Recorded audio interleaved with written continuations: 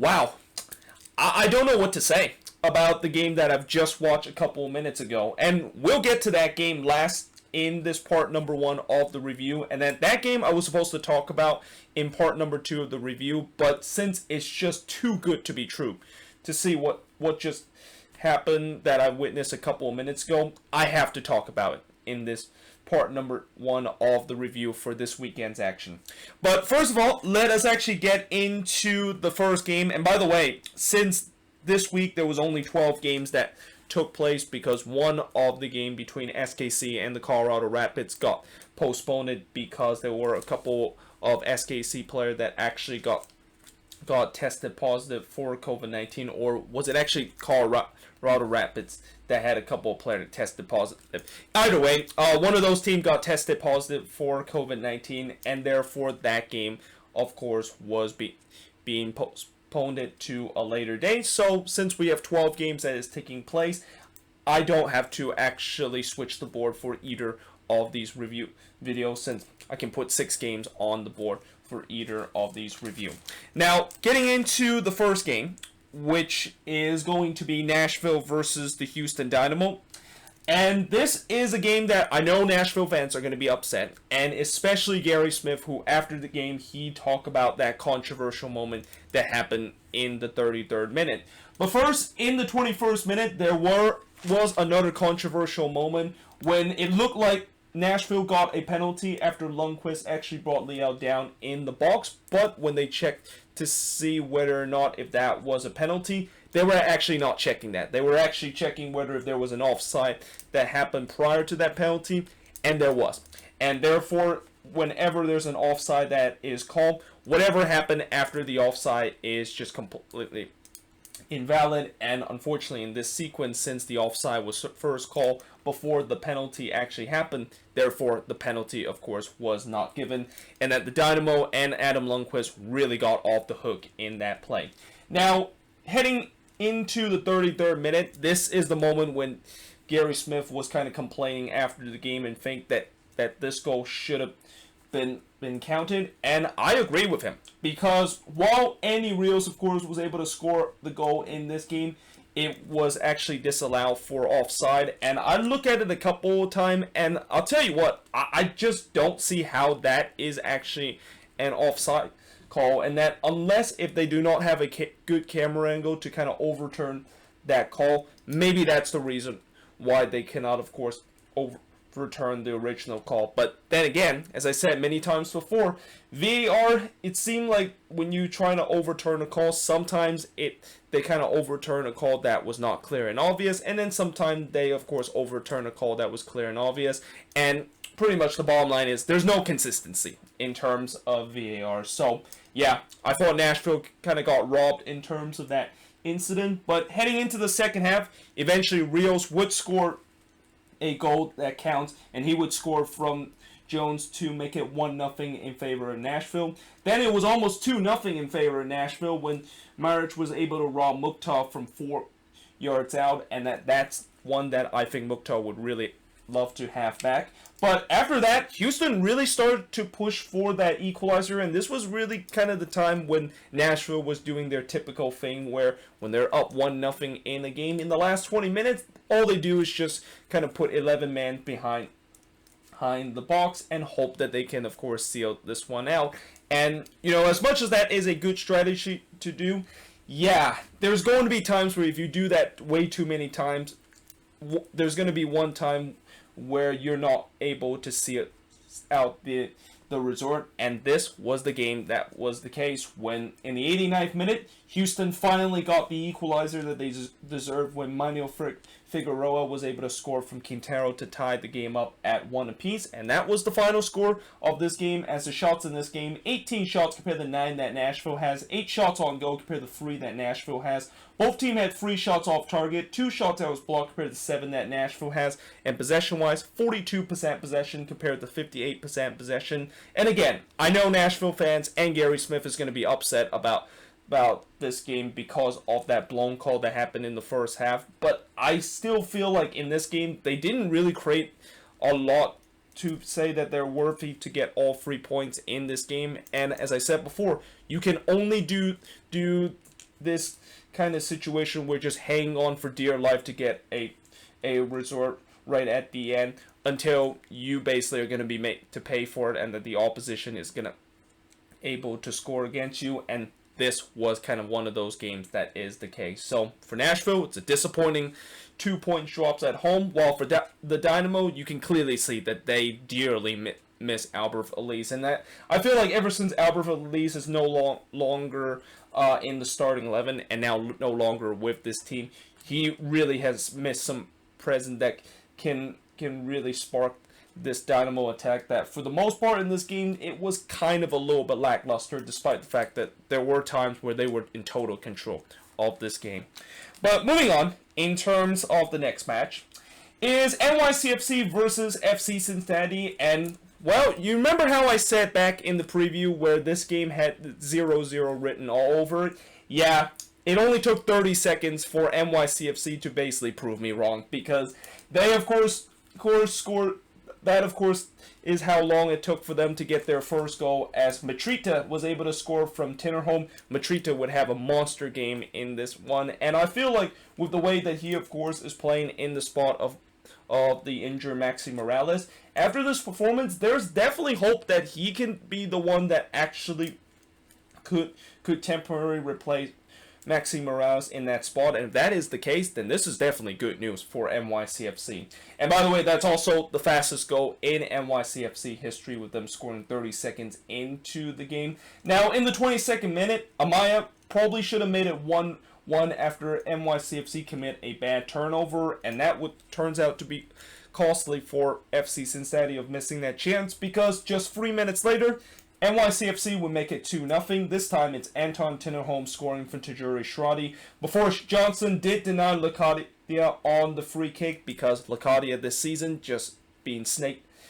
bit and cannot find the back of the net, before NYCFC would make it 3-0 as Matrita would score again from James Sands to make it 3-0 in favor of NYCFC at halftime. And I thought, yeah, this game is over. Like, this game, I feel like as soon as NYCFC made it 2-0, I have a feeling this game was going to be over, and there was really going to be one-way traffic until the end of this one. And then in the second half, it kind of clearly showed where FC Cincinnati, they looked like they were just down and out, and they were ready to just move on from this one, while NYCFC was still hungry for that fourth goal. Tati Castellanos almost scored that fourth goal when he hit the post in the 50th minute.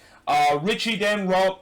Matrita of potentially him getting a hat-trick, before Waston did have a chance to get a consolation goal from a free header, but he wasn't able to put away, before eventually NYCFC did make it 4-0 as Jesus Medina was able to score on the free kick after a wicked deflection that was somehow able to find it into the back of the net. And in the end, NYCFC come up with a big 4-0 victory against FC Cincinnati, as the shots in this game, 22 shots compared to 8 that FC Cincinnati has, 8 shots on goal compared to 4 that FC Cincinnati has, 8 shots off target compared to 4 that FC Cincinnati has, 6 shots that was blocked compared to none that FC Cincinnati has, and possession-wise, 61% possession compared to 39% possession that FC Cincinnati had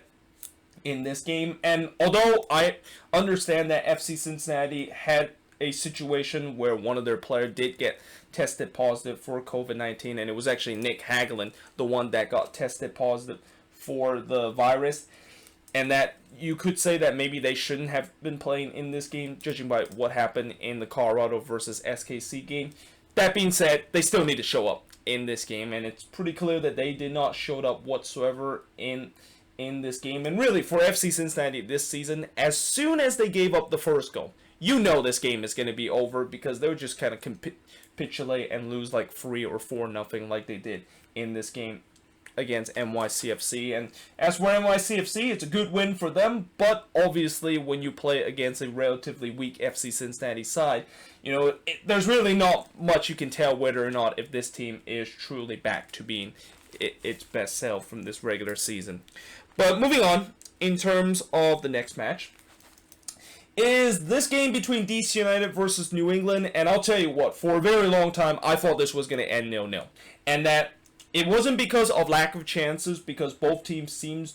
to be kind of trigger happy whenever they tried to shoot one from 18 yards out, and there was just so many times when they try to do that, it just blazed over the bar. But it just felt like nobody was going to score because nobody can finish in this game. Now, in the first half, again, half chances for both teams, but there was just no breakthrough whatsoever due to bad finishing. Second half, same story. Pretty much once again, both teams was just being trigger happy, trying to shoot from outside the 18-yard box, or when they do get into the box, they usually miss a big chance by putting a weak shot that just goes right to the goalkeeper. And the longer we continue to do that, the more I thought, yeah, nobody's gonna able to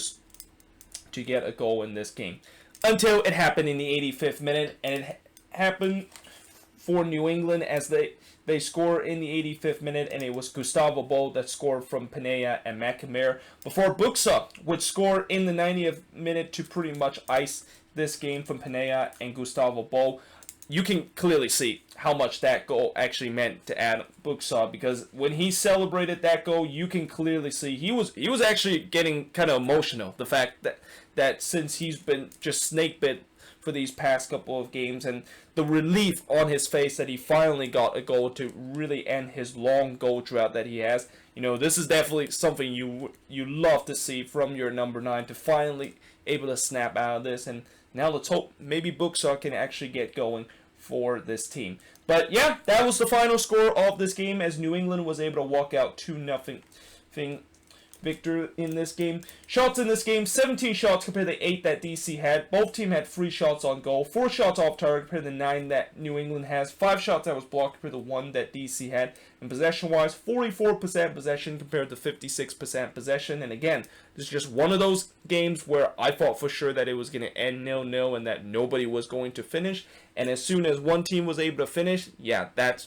when you know that that team, of course, won. And it was New England, the one that was able to just put away their chances at the end to grab a huge 3 points. And for DC United, another disappointing loss at home, and that their winless run is now at 12 games. And yeah, those Ban Olsen out chant is getting louder and louder as this winless run continue for DC United.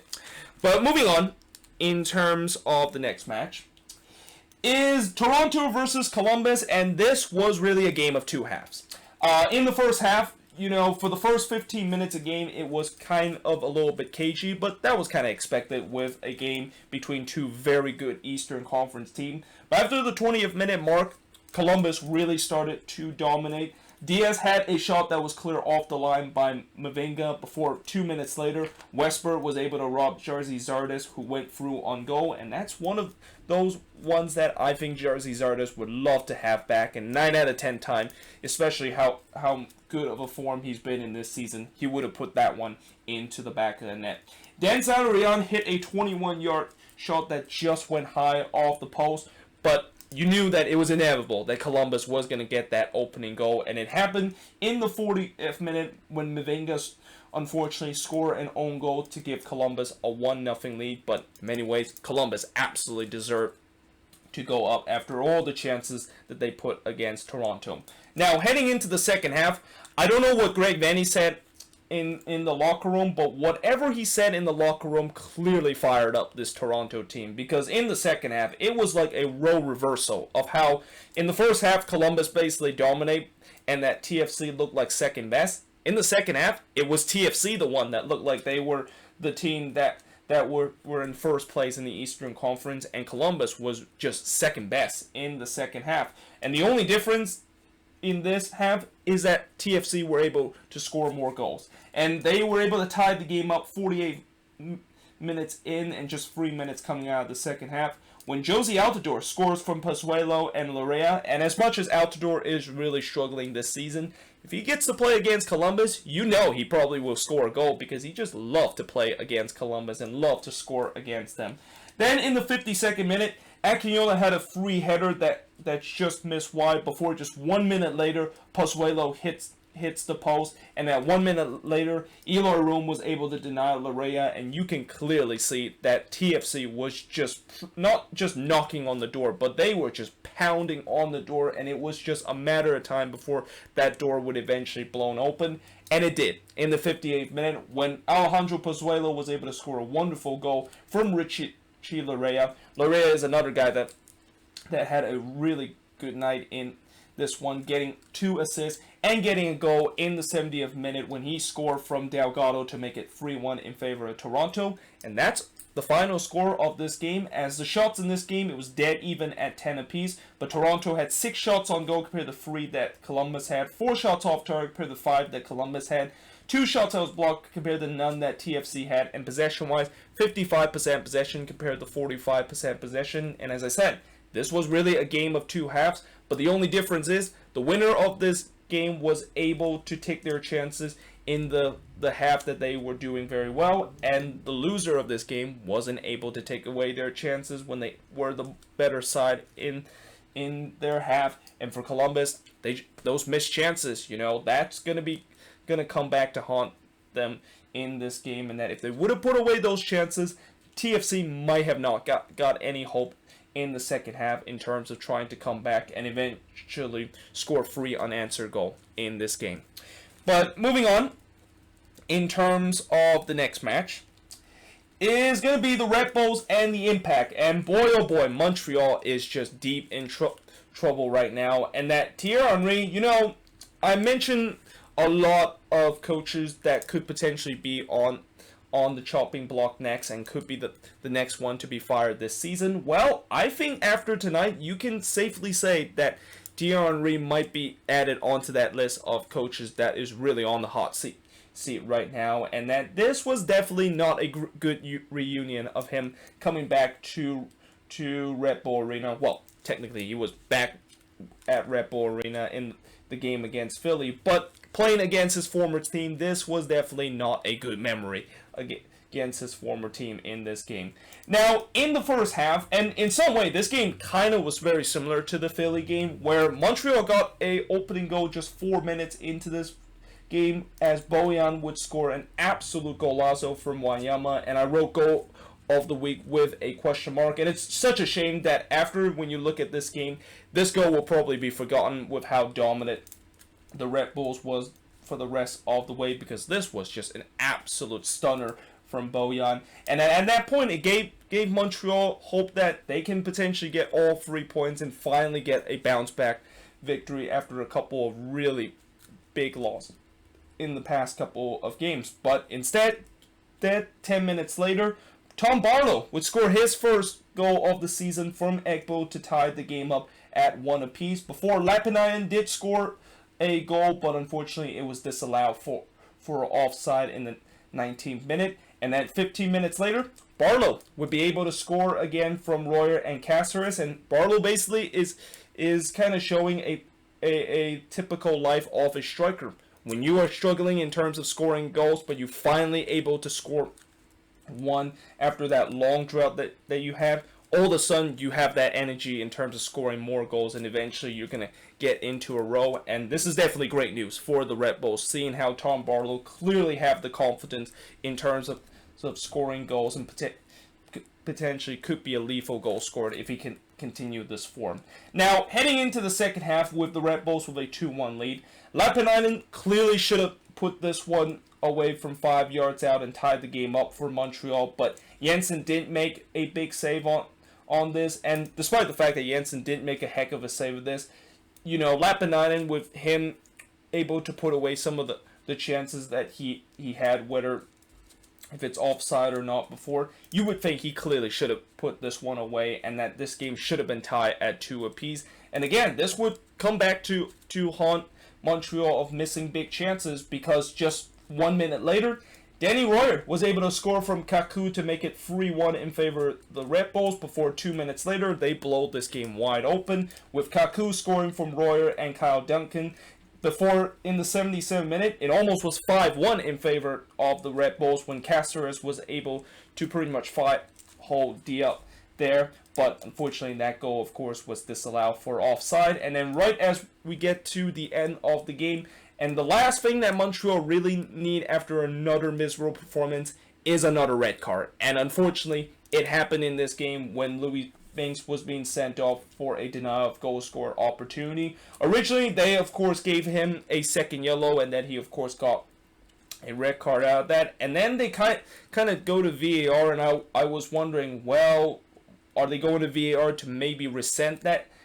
yellow card? Because I would be shocked if that is the case, since that was clearly a denial of goal scored opportunity. But instead, it seemed like they just got a VAR to see whether or not if that's worthy a second yellow, or it should have been a straight red, and that they basically said it's a straight red, and that I don't know how that make a difference whatsoever. But either way, the correct decision is made, the fact that he got a straight red for denial of goal score opportunity, and that is now the 4th of 5 games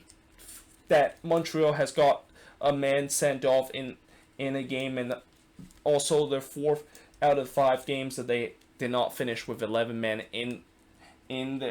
their past 5 games. And that the shots in this game, the Red Bulls had 14 shots compared to 7 that Montreal has, 5 shots on goal compared to 4 that Montreal has, 4 shots off target compared to 1 that Montreal has, 5 shots that was blocked compared to 2 that the Impact has, and possession-wise, 62% possession compared to 38% possession. And as I said, Thierry Henry, he could be on the hot seat now, knowing how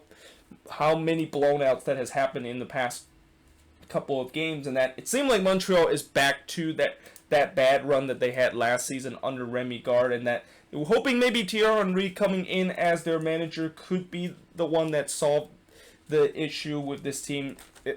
occasionally having a bad run like this. The answer is definitely no, and I think this is even worse, consider at least during that time they weren't getting players sent off almost every single game, and now they're just clearly having some disciplinary issue with them. Just keep having a game without finishing a game with all 11 men on the pitch. And for the Red Bulls, this is 2 straight 4-1 wins that they got. Although, again, these 2 teams that they face have been relatively weak team and haven't been doing very, very well. Well, I would give the 4-1 win against Miami some credit, the fact that Miami was kind of in some good form, but Montreal has just been in an awful form in these past couple of games. So that,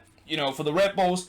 I think when they do play against a team that actually is doing well, it will be very interesting to see whether or not if this kind of transitional year where they're doing not so well this season is started to kind of turn their fortune, and that they can actually maybe make the playoffs, despite the fact that there were signs a couple of weeks ago that this team looked like they were going to miss the playoffs for the first time in 10 years. But now, moving on into the final game of this board, and originally I was going to review the Inter Miami versus Philadelphia Union game, but judging by what I said earlier, where I was just left absolutely speechless of a game that I've watched, that game is LAFC versus San Jose Earthquakes. And 2020 has been a weird but also ugly year, and that there's just been some crazy things that has happened in this season. And that I also know earlier today that we also saw some big upset around the football world, where Bayern Munich, after they won their opening game 8-0 against, I think, Bayer Leverkusen, they lost 4-1 on the road against Hoffenheim. And then just a couple of hours later, Man City were playing against Leicester City, and while Leicester City is definitely a decent team in the Premier League, you didn't think that they could just go to Man City and just go to the Etihad and put a 5 spot on Man City and beat them 5-2 in that game. And that, coming into this game, after I saw some big upset that has already happened in the football world, I was thinking, well, if that is the case that has happened around the football world, something tells me that I might see some spectacular thing that can happen in this game. Now, that being said, I also saw the lineup in this game, and that although I did see JT starting in this game, I basically saw the same back line as what we saw back in the game where we got absolutely destroyed by the Colorado Rapids. And that, as much as I know there's been a lot of people that's been hating on Vega and has critiqued him, including myself, I feel like these past couple of games isn't just totally on Vega, and that it's pretty clear that the back line is also one of the biggest reason why we have just conceded many goals. And knowing the fact that if we're going to put the same back line that conceded 5 goals against Colorado and coming in this game against LAFC, surely we're not going to see probably the biggest upset, not only from this season, but probably one of the biggest upset in MLS history, right? Well, in the first half, we almost got an opening goal just 4 minutes in this game as Wando missed a free header. Always love to see Wando and BWP on the same pitch, because this might be one of the last, if not the last time, we're going to see two legends of MLS playing against each other. Before, Marc-Anthony Kaye had a good chance, well, I shouldn't say a good chance, but a great chance for LAFC to get the opening goal, but somehow in some way he whiffed a shot from 4 yards out, and that LAFC had plenty of chances of getting the opening goal, and that despite the fact that I thought the Quakes were doing a good job in terms of their defensive shape, and that I thought it was tonight they were just so much better than the past couple of games, they really struggled to try to build up play in this game, and I guess maybe partially because they were just putting 10 men behind the box, and that by the time when they tried to be on the attacking end, they were just being a little bit too conservative and just gave it right back to LAFC. And that as the half continues where LAFC squander multiple chances, I thought, well, yes, they squander multiple chances, but eventually they're going to get that goal, aren't they? Well, they almost did in the 43rd minute when JT was able to rob Diego Rossi, who went through on goal. Before, in the 45th minute, the inevitable finally happened in terms of LAFC getting the breakthrough, and it happened in the 45th minute when Marc-Anthony Kaye scored from Bradley Wright Phillips to give LAFC a 1-0 lead. And that I saw the story in the last game where when we were down 1-0 to LAFC on the road, and that as much as I thought that yes, we're only down 1-0 in this game and we can regroup heading into the second half, the only difference this time is that they basically concede right on the stroke of halftime, and that I thought that was just a killer blow with the way that we have actually played decently and hold up the pressure against LAFC in this game, and then that of course happened in right on the stroke of halftime, and that the second half was going to get ugly. But instead, in the second half, and I'm not sure why I wrote second him there, I was actually still very stunned when I actually wrote the notes on this board, so bear in mind if there is a slight mistake or slight kind of misspelled names, I do apologize for that. But in the second half, once again, it was the same story. LAFC was all over the Quakes, and it looked like eventually they were going to get that second goal, and eventually, if they do get that second goal, I know it's going to be 3, 4, and 5 goals. That's going to be passed beyond the Quakes net. And that in the 79th minute, it looked like that second goal was going to happen once again when Brian Rodriguez had acres of space in the box. All he had to do is basically tuck it into the back of the net, and somehow JT Marcinkowski made an incredible save to deny him, although it's more to do with Rodriguez clearly need to finish that. Like, when you have acres of space and you have time to shoot that one, the fact that you don't even put it into the back of the net and hits it straight to the goalkeeper, yeah, that has to be infuriating. And it kind of just sums up Brian Rodriguez's career with LAFC, where this has just been a huge disappointment with him not being the goal scorer that they thought he would be, and that this was a big opportunity for LAFC to put away the game. And I also think that this was also the moment what later turns out to be the turning point of this moment, because if Rodriguez puts away and this was 2-0, as I said, as soon as LAFC get that second goal, the third and fourth and fifth goal is not going to actually come very far away, and that it's going to be just the floodgates open. But instead, just 1 minute later, after that potential chance to put away the game, Shea Salinas scores from Christian Espinoza to tie the game at 1 apiece. And actually, another thing that I want to mention before the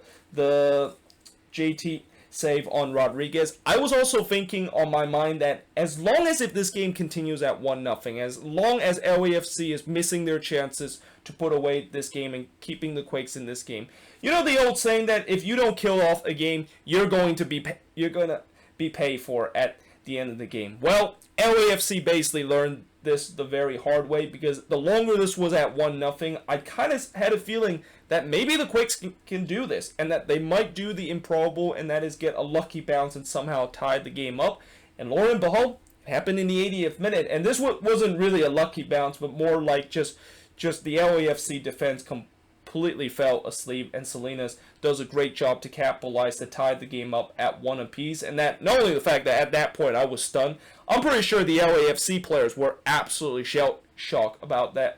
this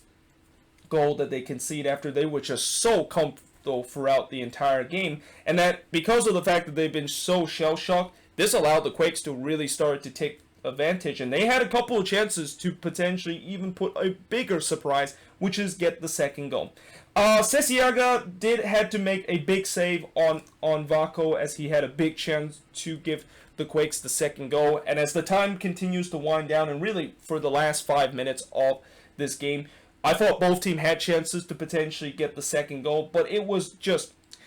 it wouldn't be real. The fact that somehow, in some way, the Quakes are going to channel their inner 2013 self and have that never say die moment, and somehow get that second goal right at the end. And guess what happened? Jackson Yule scored in the 93rd minute and really lit on the last kick of the game from Espinoza to give the Quakes a 2-1 lead. And, you know, you expect me to kind of just go absolutely crazy when that goal, of course, scored, but I actually wasn't. I was just, like, as much as I was stunned when Salinas scored from Espinoza to tie the game up, after this goal was in, I just was in disbelief. Like, I couldn't believe the fact that we were able to get a late goal right at the end of this game, and that it was just too good to be true with the way that the Quakes are going to actually pull off a victory against LAFC, the same team that they've been blown out multiple times, and coming into this game has been outscored 16-1, and that this has been the most one-sided rivalry in the history of MLS. And yet they won this game. And the shots in this game, it was actually even between both of these teams. 13 shots apiece, 3 shots on goal compared to 8 that the Quakes had, 4 shots off target compared to 3 that the Quakes had, 6 shots that was blocked compared to 2 that the Quakes had. And possession-wise, 53% possession compared to 47% possession. And after all the bad thing that has happened for the Quakes for the past couple of weeks, and I even said that I was starting to lose faith in terms of this team, and also my fandom in terms of this team, this was a victory that really brought that fandom back to me, and really this is kind of one of those nights where I actually feel very proud to be a San Jose Earthquakes fan, and that I really hope that this victory might be the one that actually kick off this team, because, you know, as much as I know I don't want to damper the spirit and just kind of immediately go negative after we pulled off a stunning win, what I think is probably the most stunning win of all my years watching this Quakes team play. You know, they need to continue to pick up this resort. I mean, one resort is not going to get us into the playoffs this season. If this team is seriously consider competing and seriously consider turning around after all the bad resort that they've been having the past couple of weeks, they need to keep this resort in the next couple of games. And I think that next game against the Galaxy at home, that game will really be a telling story of whether or not, if this is just kind of a fluke kind of moment that the Quakes had, just like they did in the MLS's back tournament, where they had a couple of fluky moments that got themselves in the quarterfinal, or is this actually a sign of change, and is this actually a sign that this team might somehow, in some way, who looked like they were dead and buried for the past couple of weeks, and get themselves back into playoff contention. By the way, let me know in the comments below, what do you think of all these games, including, in my opinion, the most stunning resort from this season, and probably one of the most stunning resort in MLS history. But yeah, hope you guys enjoyed this video, and I will see you guys next time.